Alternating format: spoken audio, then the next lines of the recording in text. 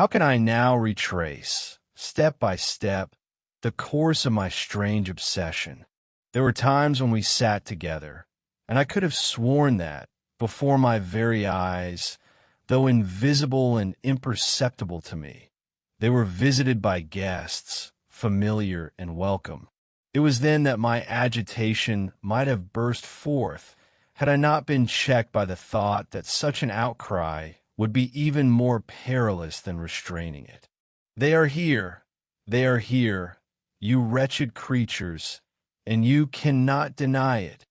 I would have cried.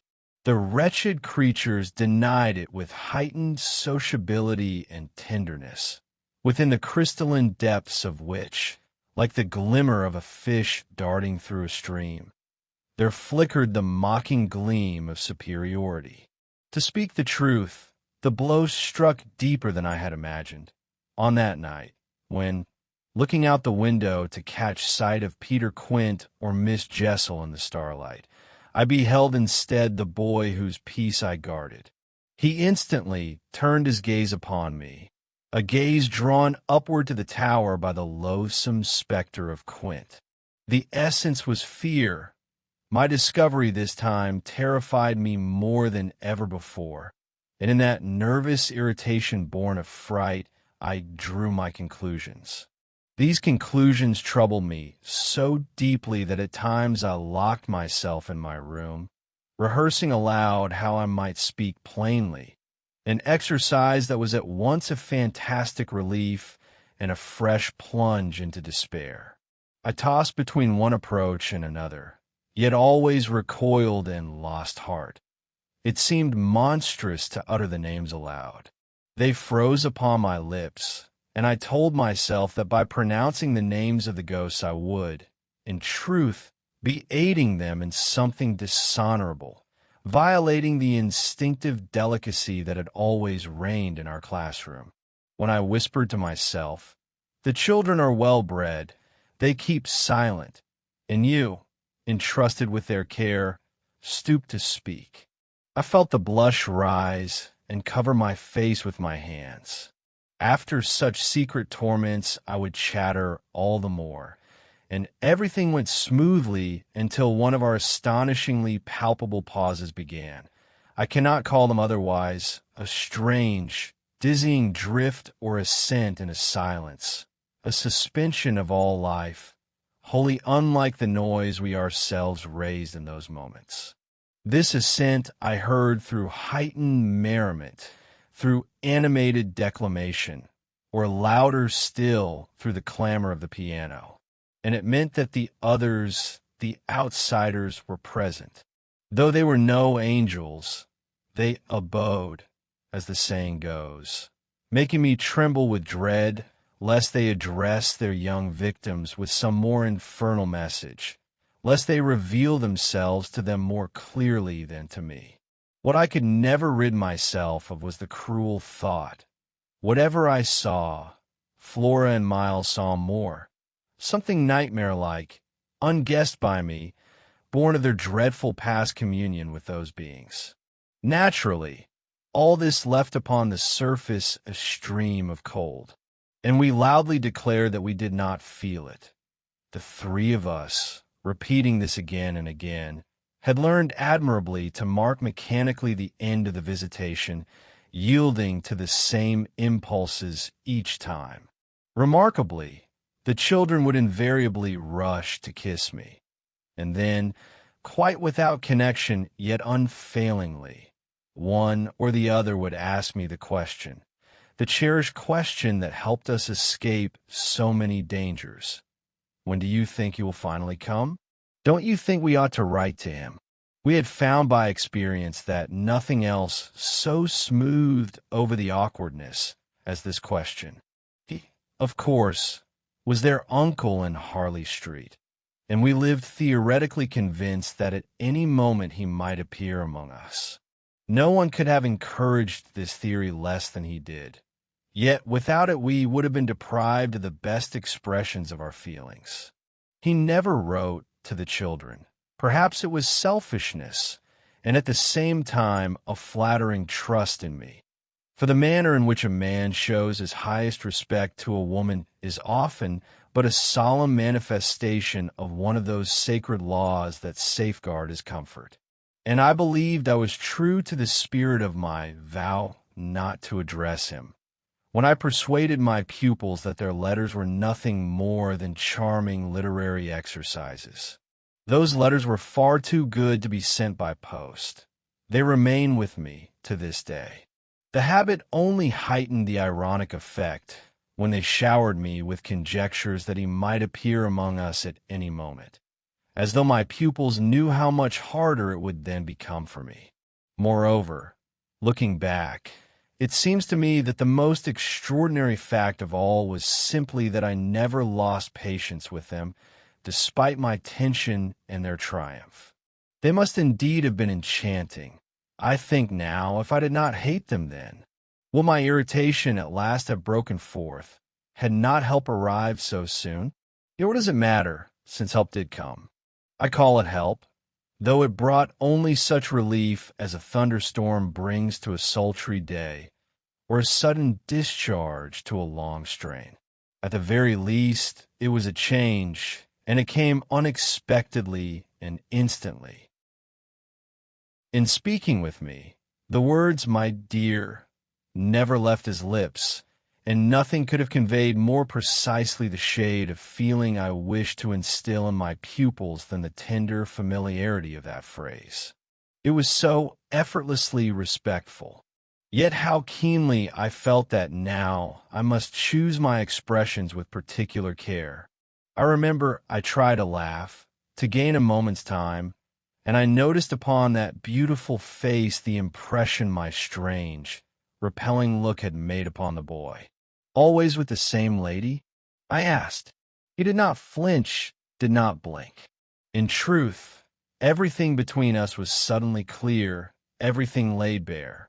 Yes, of course, she is a real lady. But after all, I'm only a boy.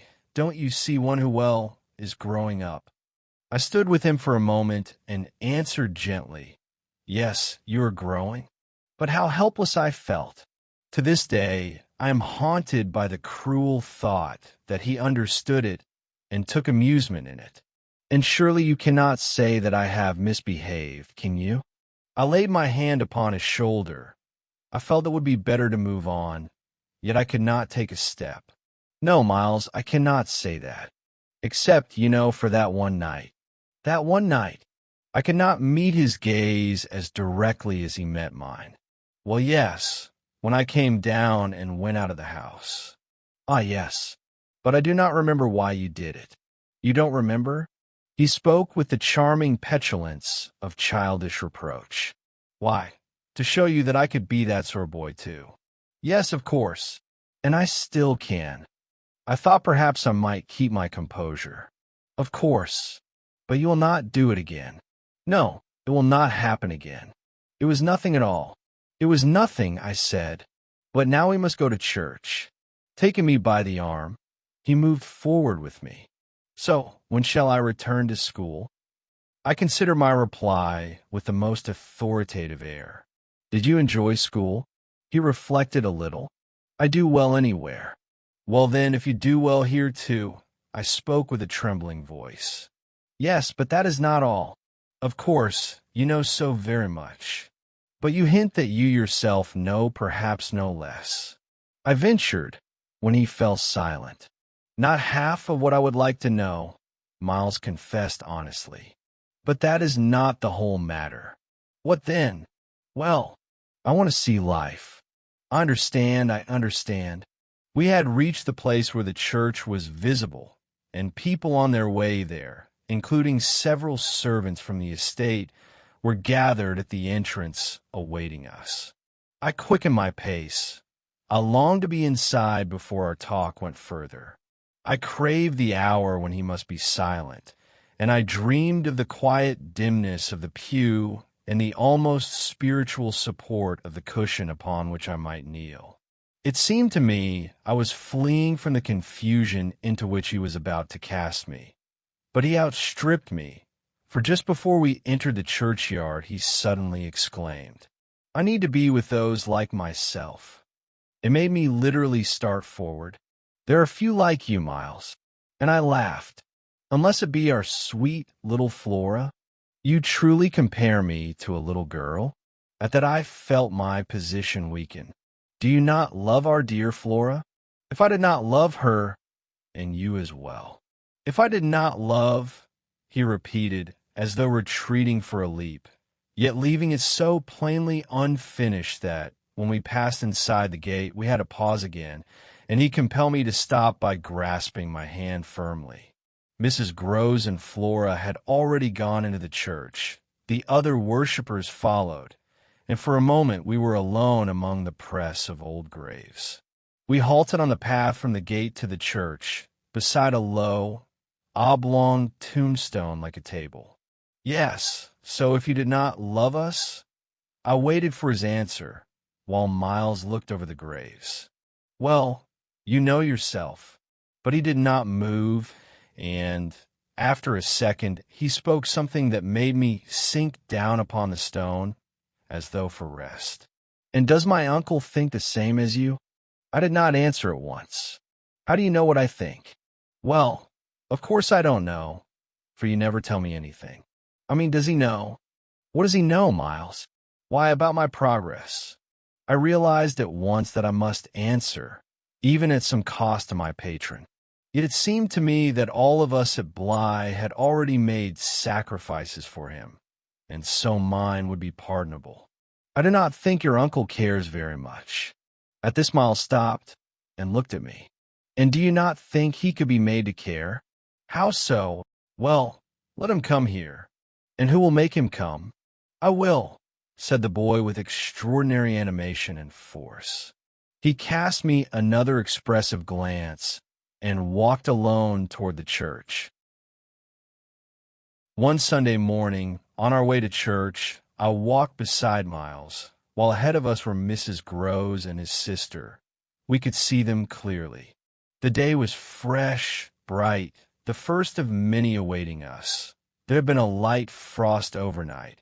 In the bracing autumn air the bells rang almost cheerfully. Was it not strange that, at such a moment, what most occupied me, indeed, moved me with a sense of gratitude, was the obedience of my little charges? Why had they never resisted my constant, unyielding presence? Something told me I was overguarding the boy, and, judging by the decorous way my companions proceeded before us, I had already taken measures against any possible rebellion. I resembled a jailer, prepared for surprises and escapes. Yet all this, their splendid capitulation, belonged precisely to that peculiar order of events which was the most dreadful. In his Sunday attire, the work of his uncle's tailor, who had been given free rein, indulged a taste for elegant waistcoats, and respected the grandeur of his small client. Miles bore so independent an air, so plainly conscious of himself as a grown man and a nobleman, that had he suddenly demanded his freedom, I should have been at a loss for reply. By a strange play of chance, at that very moment I was pondering how I might act if the inevitable upheaval came. I call it upheaval, for I see now how, with the boy's first word, the curtain rose upon the final act of my drama, and the catastrophe hastened. Listen, dear, he began charmingly. Tell me, please, when at last I shall return to school.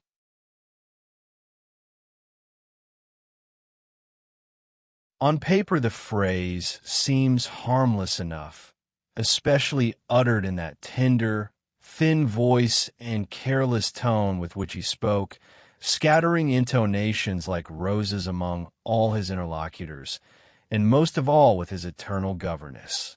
In those intonations there was something that always ensnared the listener. I was ensnared too, and so thoroughly that I stopped short, as though one of the park's trees had fallen across my path. At once something new arose between us. He knew perfectly that I felt it, though he remained as ingenuous and delightful as ever. I did not find my answer at once, and realized that he saw in this his advantage. I hesitated so long in search of words that he had time, after a minute, to smile his questing yet indeterminate smile and say, "You know, my dear, to be always with a lady for a boy." Everything was decided in that instant when I did not follow Miles into the church.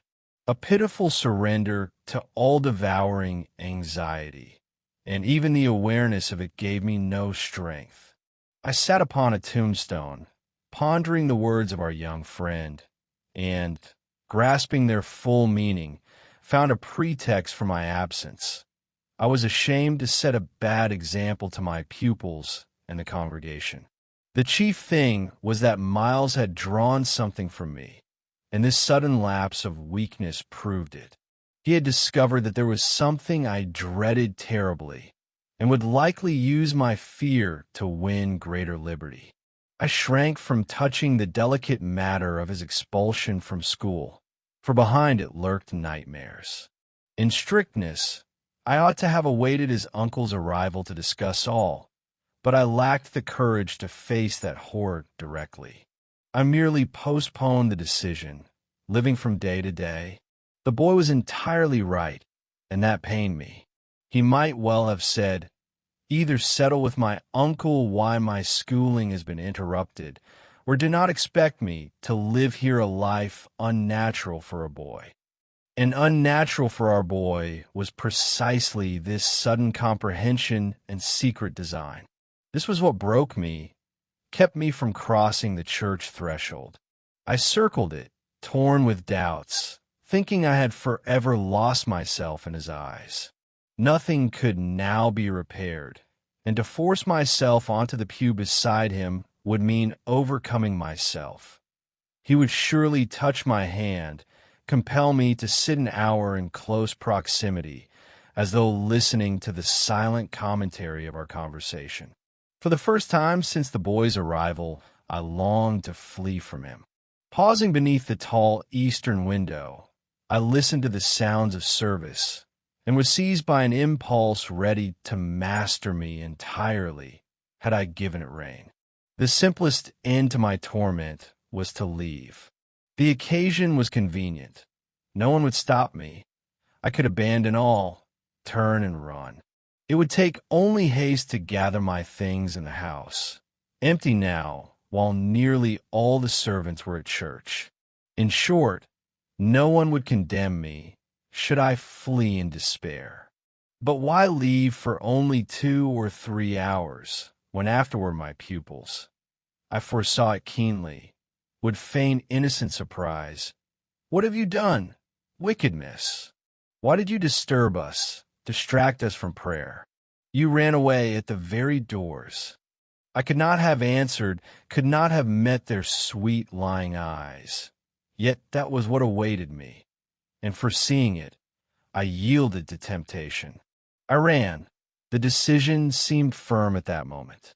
I left the churchyard and, thinking tensely, returned home through the park. By the time I arrived, my resolve seemed strengthened. The Sunday stillness around the house and within, where I met no soul, spurred my desire to seize the chance. To leave quickly.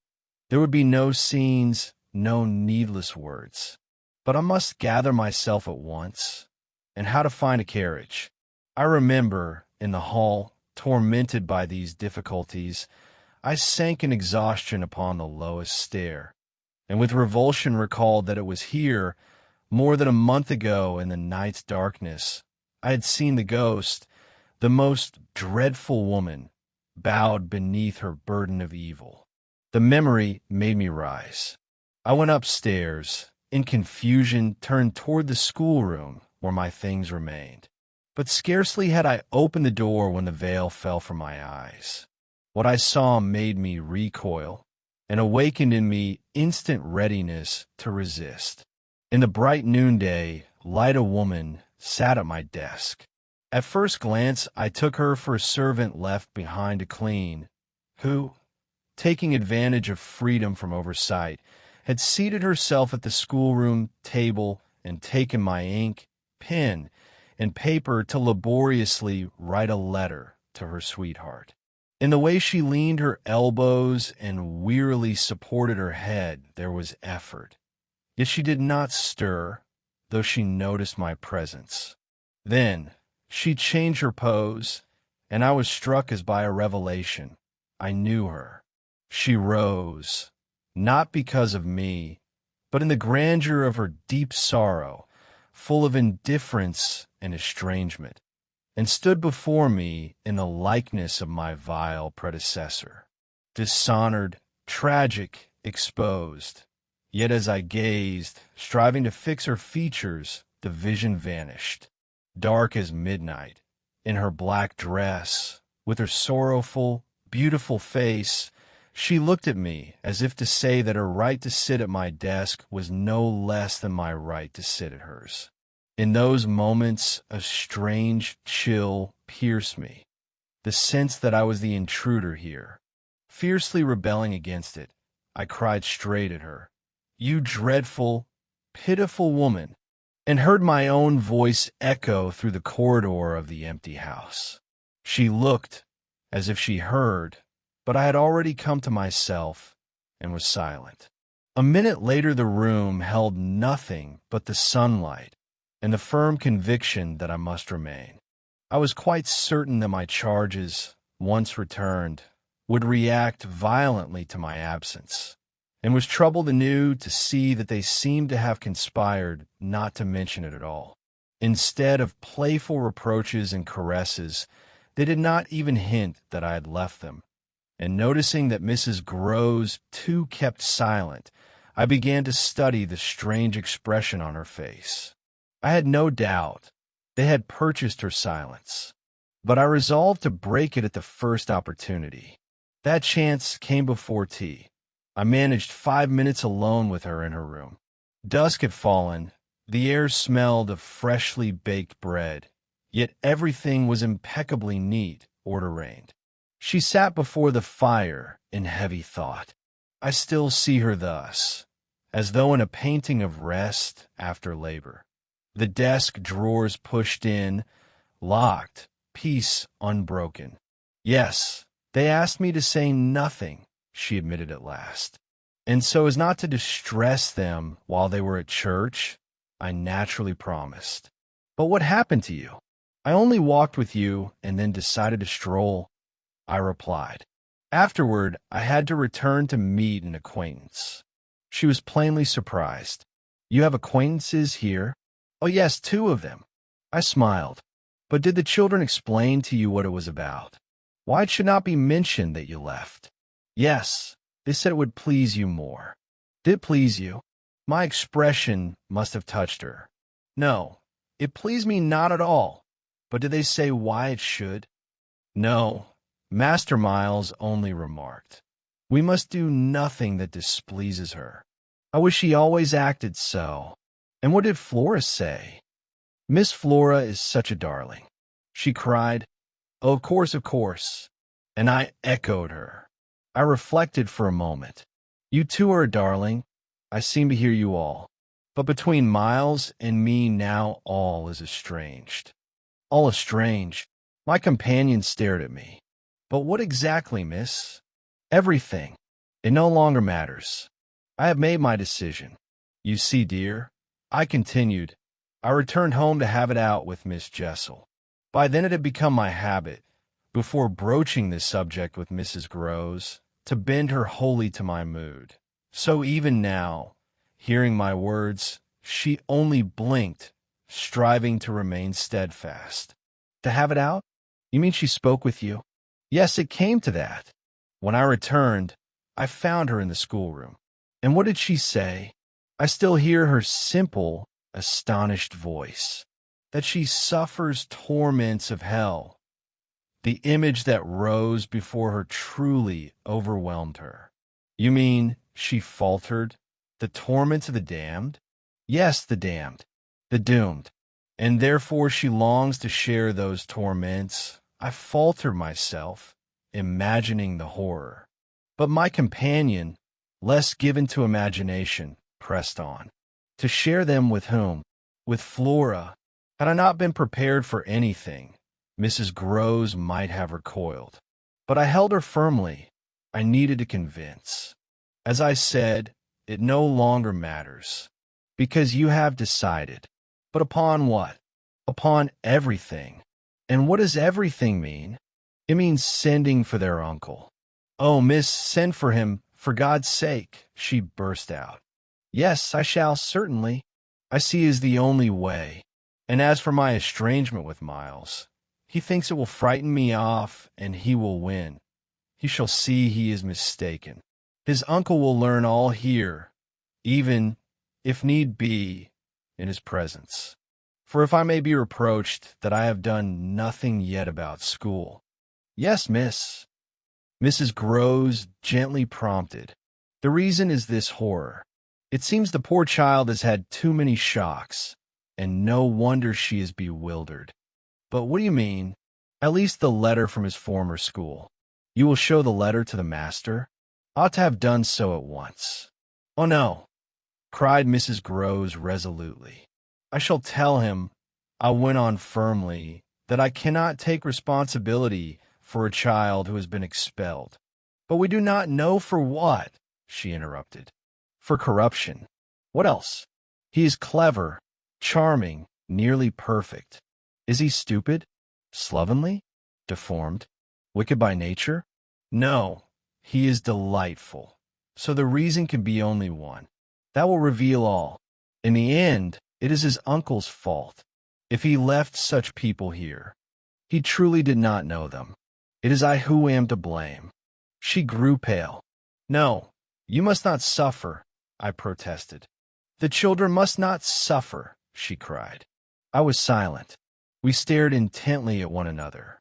So what can I say to him? You need say nothing. I shall tell him all myself. I hesitated. You wish to write to him? And then I caught myself, remembering she could not write. But how will you let him know? I shall speak to the steward. He will write. And do you think you should set down all that we know? My question, unwittingly edged with irony, instantly broke her resistance. Tears welled again. Ah, miss, write yourself. Very well. I shall write today. I agreed at last. And with that we parted. By evening my resolve had strengthened so much that I was ready to act. The weather had shifted again. A sharp wind had risen, and by the lamplight beside the sleeping Flora, I sat long over a blank sheet, listening to the patter of rain and the gusts of the storm. At last I rose, took a candle, crossed the corridor, and paused for a moment at Miles's door. An unshakable obsession pursued me. I could not help but listen to see if he might betray himself. And then I heard, not quite what I expected, the clear voice of the boy. Hello there, come in. It was a ray of light in utter darkness. I entered with the candle and found him in bed, animated, at ease, as though no shadow of unease had ever stood between us. Well, what are you up to? He asked so amiably that, had Mrs. Groves been present, she could scarcely have detected any trace of our supposed estrangement. I stood over him, the candle trembling in my hand. How did you know I was here? Why, I heard you, of course. Didn't you notice how you made a racket? Like a whole cavalry troop marching past. He laughed, and his laughter was at once delightful and dreadful. So you were not asleep? Not much. I lay here thinking. I deliberately moved the candle closer, and when he reached out his hand in the old way, I sat down on the edge of the bed. And what were you thinking of? I asked. Of whom else, if not of you, dear? Though I'm flattered by such attention, sleep would have been better for you. I was thinking of our strange affairs. His small, firm hand was cool. What strange affairs, Miles? Of how you were bringing me up, and of everything else. My breath caught. Even in the wavering candlelight, I saw him smiling from the pillow. And what is this everything else? Oh, you know. I could not utter a word, holding his hand and gazing into his eyes. My silence seemed to confirm his words, and perhaps nowhere in the world could there have been anything more inconceivable than the true relation between us at that moment. Of course you shall return to school, I said at last, if that troubles you. But not to the old one. We shall find another better. How was I to know that this weighed upon you? You never once spoke of it. His face, clear and attentive, framed by the whiteness of the pillow, looked so touching, as though before me lay a sick child, starved for tenderness. The resemblance struck me. I would have given anything to become his nurse, to help him heal. And even now, perhaps, I might still change something. You have never spoken to me of your former school. Not a word, not a hint. Why? He seemed surprised. The smile did not leave his face, yet in his eyes flickered a guardedness. He waited, delayed, awaited a cue. Did you not remember? But he awaited it not from me. No, from that creature I had encountered. Something in his tone and expression made me understand. My heart contracted with unbearable anguish. I had never felt anything like it.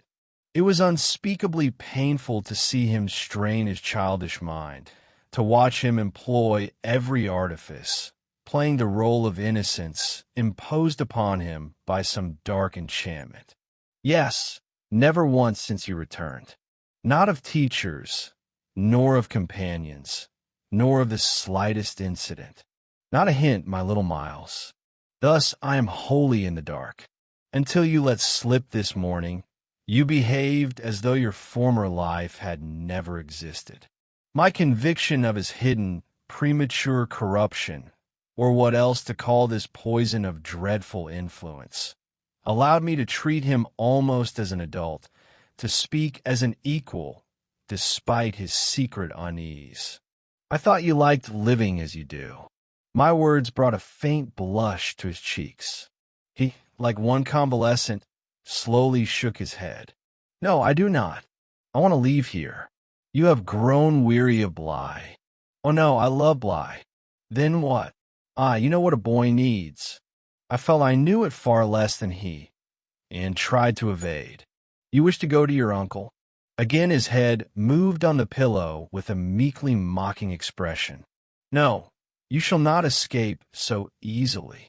I was silent, blushing this time myself.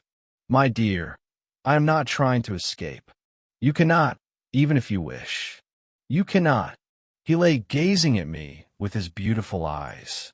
My uncle must come himself, and with him you will settle everything at last.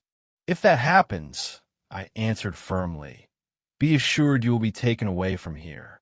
Forever. Do you not see that this is precisely what I seek? You will have to tell him how you have let everything slip. So much will have to be told. His triumphant tone made me reply more dryly. And how much will you have to tell, Miles? He will want to know much. He reflected. Perhaps. But what exactly? Of what you have never told me, so that he may decide what to do with you. He cannot send you back to that school. I do not wish to return there, he broke in. I need quite another road. He spoke with astonishing serenity, with a kind of playful certainty that admitted no doubt. It was precisely this tone that made me feel keenly the bitterness and unnaturalness of the child's situation, who, perhaps within 3 months, would return with even greater disgrace. A tormenting feeling seized me. I could not endure it. I flung myself upon him, pressing him to me with painful tenderness. My dear little Miles, darling. I bent my face to his, and he received my kisses indulgently, almost good-naturedly. Well then, old lady, have you nothing to tell me? He turned to the wall, raised his hand, and studied it as sick children do. I already told you this morning. Oh, how I pitied him! That you wish me to leave you alone? He turned back, His look confirmed that I understood aright. Then very softly he said, "That you leave me alone." In those words was a peculiar childish dignity that made me release him. Yet when I slowly rose, something held me in place. God knows I did not wish to trouble him, but I felt to turn my back now was to abandon him, or even to lose him. I had begun a letter to your uncle. Then finish it. I paused. And what happened before that? He looked at me intently. Before what? Before you returned. Before you left school. He was silent, his eyes never leaving mine. What happened? In his voice, for the first time, I heard a faint tremor. My own readiness to believe that he understood everything made me sink to my knees beside the bed and once more strive to win his trust. My dear little Miles, if only you knew how I long to help you. Only to help, nothing more. I would sooner die than hurt you or commit an injustice. I am ready to die to protect you. I gathered courage, resolved to speak plainly, even at the risk of going too far. I only want you to help me save you. But scarcely had the words left my lips when I knew I had crossed the line. The answer came instantly, and what an answer! A furious gust of wind, an icy torrent of air burst into the room, shaking everything as though the window frame had been torn away by a hurricane. The boy cried out piercingly, but in that cry, drowned by the roar of the storm, it was impossible to tell. Was it terror or triumph? I sprang to my feet, aware only that all around was impenetrable darkness. We froze in the blackness, and for several seconds silence reigned. I looked about and suddenly noticed the curtains were still, the window tightly shut. "What is this?" "The candle is out," I exclaimed. "I put it out," said Miles.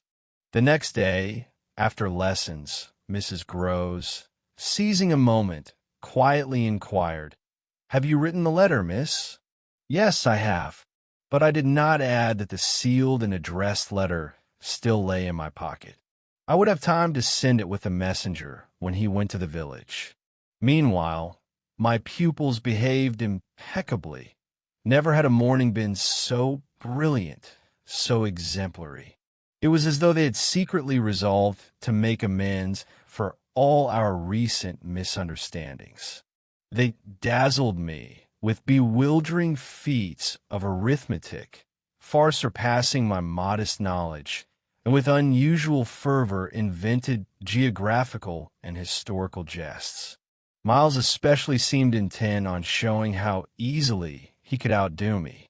That child remains forever in my memory, illumined by a beauty and suffering beyond words. In every movement there shone a peculiar nobility, his alone. Never had a small, artless creature, seeming to the uninitiated the very embodiment of candor and ease, so embodied the gifted, astonishing young gentleman. I had constantly to restrain myself, lest I betray my wonder, the wonder into which my initiated observation cast me, or reveal the bewildered, despairing look I strove in vain to suppress, as I racked my brain over what this little gentleman could have done to merit punishment. Suppose the dark power I knew had revealed to him all the world's evil. Yet my thirst for justice painfully demanded proof that the result had been some definite act. Be that as it may, never had he seemed so virtuous as on that anxious day after our early dinner, when he came to me and asked if I would like him to play for me half an hour. David's soothing Saul could not have chosen a better moment. It was truly a disarming display of tact and generosity, as though he spoke directly. True knights, of whom we read, never abuse their advantage. I know what you think, that to leave me alone, not to watch, means to let me slip away, to come and go as I please. Well, here I am. You see, I do not go. There is plenty of time for that. I truly enjoy being with you, and I only wish to show that I argued on principle. Can one wonder that I did not refuse? As before, hand in hand, we went to the schoolroom. He seated himself at the old piano and began to play, as he had never played before. And if there are those who think he would have done better to kick a ball, I quite agree. For after a while, time that ceased to exist for me beneath the spell of his music, I suddenly awoke with a strange sensation, as though I had dozed at my post. It was after breakfast, in the schoolroom by the fire. Yet in truth, I had not slept. Something worse had happened. I had forgotten everything. Where had Flora been all that time? When I asked Miles, he played on for a moment without answering, then said only, "My dear, how should I know?" and instantly broke into merry laughter, which, like a vocal accompaniment, turned into a rambling, whimsical chant. I went at once to my room, but Miles's sister was not there. Then, before going downstairs, I looked into several other rooms. If she was not here, surely she was with Mrs. Groves. I reassured myself and went in search. I found Mrs. Groves where she had been the evening before, but to my hurried questions she gave only a frightened, silent look. She did not know. She supposed that, after breakfast, I had taken both children for a walk. It was a natural assumption on her part. For the first time, I had completely lost sight of the girl, taking no precautions. Of course, Flora might have gone with one of the maids, so the first thing was to try to find her without raising alarm. We agreed on this at once, but when, 10 minutes later, we met in the hall as arranged, we could only tell each other that the most cautious inquiries had yielded not the slightest trace. Exchanging this news, we stared at each other in horror for a minute, and I felt how deeply Mrs. Groves was shaken by all I had told her before. "She must be upstairs," said Mrs. Groves, "in one of the rooms you did not search." "No, she's not nearby. I already guessed. She has gone." Mrs. Groves looked at me with anxious bewilderment. "Without a hat. My face, too, must have shown alarm. And that woman, she is always without a hat, is she not?" "She is with her. She is with her," I cried. "We must find them both." I seized my companion's hand. She, shaken by my words, did not return the pressure, but at once shared her own anxiety. "And where is Master Miles?" "Oh, he is with Quint. They are in the schoolroom." "Good Lord, miss." At that moment, I felt my appearance was utterly calm, and never had my voice sounded with such firm assurance. "We have been deceived," I continued. "It was all perfectly planned. He found a truly divine way to keep me beside him while Flora slipped away." "Divine?" Mrs. Groves repeated, bewildered. "Well then, devilish." I almost jested. "He took care of himself, too. But come." She helplessly and gloomily raised her eyes to heaven. "You leave him with Quint?" "Yes. Now it no longer matters." At such moments Mrs. Groves usually seized my hand, and it might have stopped me now. But, struck by the suddenness of my renunciation, she paused, then asked, "Because of your letter?" Instead of answering, I quickly felt for the letter in my pocket, drew it out, showed it to her, and, stepping aside, laid it on the great hall table. "Luke will take it," I said, returning. Then I went to the front door, flung it open, and stepped onto the porch. My companion still lingered. The night's and morning storm had abated, but the day was damp and overcast. I was already on the path, while she still stood in the doorway. "You go like this, without anything on?" "What does it matter, since the girl is bareheaded too?" "There is no time to dress," I cried, "and if you think it necessary, I shall not wait. Look upstairs as well. Up there to them." At that, the poor woman instantly rushed after me.